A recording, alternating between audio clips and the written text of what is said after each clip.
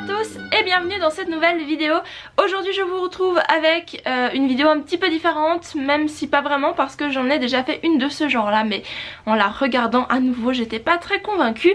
Aujourd'hui je reviens pour vous parler de mon nouveau projet d'écriture, mais plus précisément de comment je m'organise pour commencer celui-ci. Donc pourquoi est-ce que j'ai voulu commencer ce nouveau projet? Tout simplement parce que j'avais envie d'écrire, sauf que ça faisait 3-4 mois que j'avais cette envie là mais pas d'idée, ou alors j'en avais mais pas, vous savez, cette sorte de coup de cœur ou une idée qui nous marque vraiment et qui nous inspire.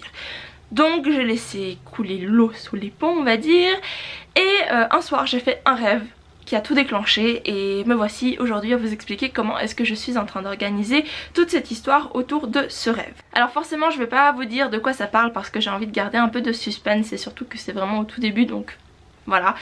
Mais je vais vous exposer néanmoins comment tout a commencé. Je vais vous présenter 2-3 petits points qui sont selon moi assez indispensables avant de faire quoi que ce soit par rapport au livre ou même au film, au scénario, parce que dans les livres de scénaristes que je suis en train de lire, ils soulignent aussi ce point.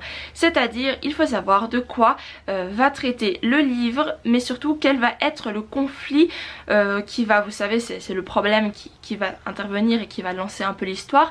Et surtout, savoir quel est le besoin dramatique, terme que j'ai vu dans le livre, de notre personnage, qu'est-ce qu'il va faire, quel va être en fait son but à lui par rapport justement à ce souci, ce problème.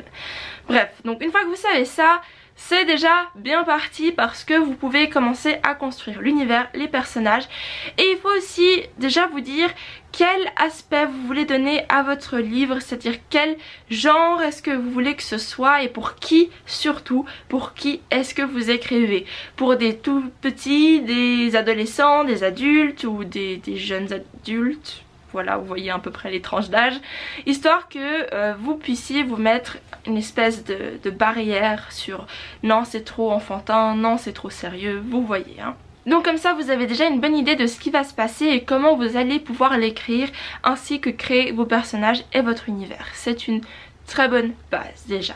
Je dis pas que ça se fait rapidement, hein, pas du tout. Moi ça m'a pris bien 2 mois je pense, voire même bon peut-être un petit peu moins, mais bon je suis encore dans ce processus, donc quelque part ça prend quand même du temps pour bien s'organiser. En parlant d'organisation, voici comment moi j'ai commencé. Donc je vous présente mon ami journal. C'est un espèce de bullet journal, sauf que j'aime pas du tout ce nom, donc je dis juste journal. Bref, en fait comme j'avais pas encore vraiment de carnet et que c'était suite à ce rêve, j'ai juste un peu écrit à l'intérieur et même dessiné 2-3 choses que je vais vous montrer. Donc je vous montre rapidement cette espèce de salon et une porte qui est tout simplement une image que j'avais en tête et que je voulais garder pour la placer dans les décors et la décrire. Le truc c'est que forcément je suis pas la meilleure des dessinatrices, mais même si vous ne savez pas dessiner et que votre dessin n'est pas représentatif de ce que vous aviez en tête, c'est juste histoire de pas l'oublier tout simplement. Parce que comme ça vous avez au moins juste une esquisse et ça vous rappellera en fait cette image que vous aviez en tête. C'est juste pour ne pas oublier. Moi j'ai dessiné ça mais bon voilà, je l'ai fait au stylo, j'ai pas cherché midi à 14 h. Et ensuite j'ai donc pris un vrai carnet cette fois-ci avec des lignes et j'ai commencé à construire mon univers dedans. Au début c'est très brouillon et je viens de faire tomber toutes mes petites pages annexes. Voilà, pour changer je fais toujours tomber quelque chose dans une vidéo de toute manière. Voilà, donc j'ai commencé avec beaucoup de brouillon et aussi des informations qui vont m'aider à construire mon livre. Et alors la chose très importante, et c'est aussi dans le livre des scénarios, c'est que il faut savoir de quoi on parle. Si vous voulez traiter de n'importe quel thème, que ce soit, je sais pas, d'avion ou de voiture, bon parce que c'est ce qu'il y a devant moi là, mais ou alors de plongée ou de je ne sais quoi, il faut vous renseigner. Et c'est ce que j'ai fait dans ce petit carnet avant de commencer à écrire des débuts de chapitres. Et en fait je vais vous montrer sur des pages vierges comment je fais. J'écris par exemple sur cette page-ci le début d'un chapitre ou une scène que j'ai en tête et je laisse toujours cette page à côté libre parce que forcément je vais vouloir rajouter des trucs ou corriger des choses. Donc je fais ici au stylo noir et sur cette page là je viendrai écrire en rouge comme une sorte de correction pour ajouter soit tout un paragraphe, soit juste un mot, soit un concept. Voilà, c'est juste histoire de laisser la place parce que on ne fait jamais juste du premier coup. J'utilise aussi quelque chose qui est tout nouveau en fait pour moi. C'est une petite machine à écrire que j'ai trouvée dans une brocante. C'est une Lettera 22 de Olivetti. Et elle est juste trop mignonne, vous l'avez déjà vue sur Instagram probablement. Mais c'est juste que voilà, j'avais envie d'un côté un peu authentique, surtout quand je créais les personnages.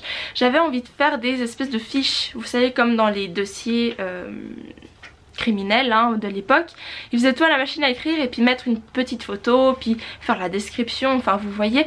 Et j'avais vraiment envie de faire ça sur une machine à écrire et puis quand je l'ai vu, ben ça m'a donné l'idée puis je l'ai acheté pour 3 fois rien. Du coup je suis vraiment contente, ça donne vraiment bien. Là j'ai juste une petite liste des noms et prénoms que je vais utiliser. Je vais pas vous en montrer trop, mais voilà, ça c'est totalement optionnel. Mais quand j'ai vu qu'elle coûtait 3 fois rien, puis je me suis dit c'est l'occasion. Ensuite on a parlé de comment s'organiser, sur quel support écrire, enfin bref, forcément il y aura l'ordinateur hein, quand je parle de support, mais c'est un peu évident que ce sera Word parce que je n'utilise pas d'autre chose, pas de programme pour écrire. Pour moi ça sert à rien, je garde Word. Bref, je parlais de la façon de s'organiser, maintenant parlons de s'inspirer. Comment on fait pour s'inspirer? On a beau avoir une idée, il y a 36 000 choses qu'il faut combler entre temps. Et des corps, des endroits, des objets... Il y a trop de choses. Donc un moyen assez simple que je fais tout le temps, c'est m'inspirer sur Pinterest. Pinterest est votre meilleur ami.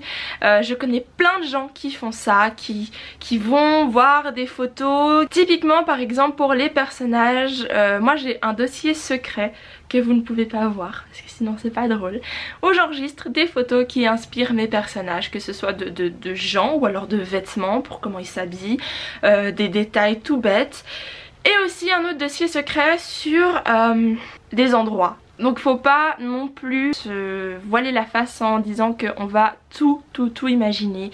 C'est bien d'avoir une image de référence, c'est plus simple de décrire quelque chose qu'on a sous les yeux. Moi ça m'est arrivé plusieurs fois de regarder Pinterest et puis en voyant le fil d'actualité, faire des liens entre l'image de droite et l'image de gauche, puis vous voyez, remuer un peu tout ça et puis ça fait quelque chose d'assez bien.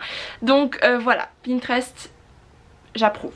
Ensuite ça revient un peu à YouTube quelque part parce que vous pouvez trouver ça un peu partout sur différentes plateformes. Il s'agit des playlists. Certains auteurs détestent ça et préfèrent écrire dans le silence et d'autres préfèrent aller s'inspirer en écoutant une certaine musique d'ambiance par exemple. Moi c'est toujours des musiques d'ambiance. Et d'ailleurs je vous laisse peut-être en barre d'infos, donc allez voir si c'est le cas, peut-être que ce n'y sera pas, je ne sais pas, surprise.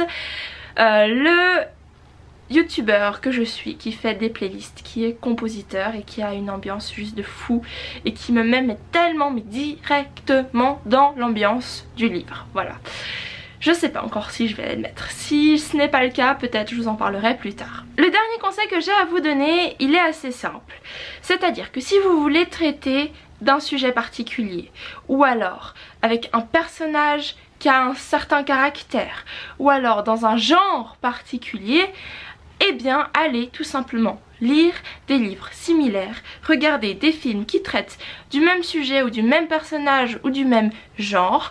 Comme ça vous aurez déjà une idée de ce qui a été fait. Vous pourrez ainsi soit vous différencier ou alors vous inspirer, histoire de ne pas copier quelque chose ou alors être à côté de la plaque, juste pour avoir une idée.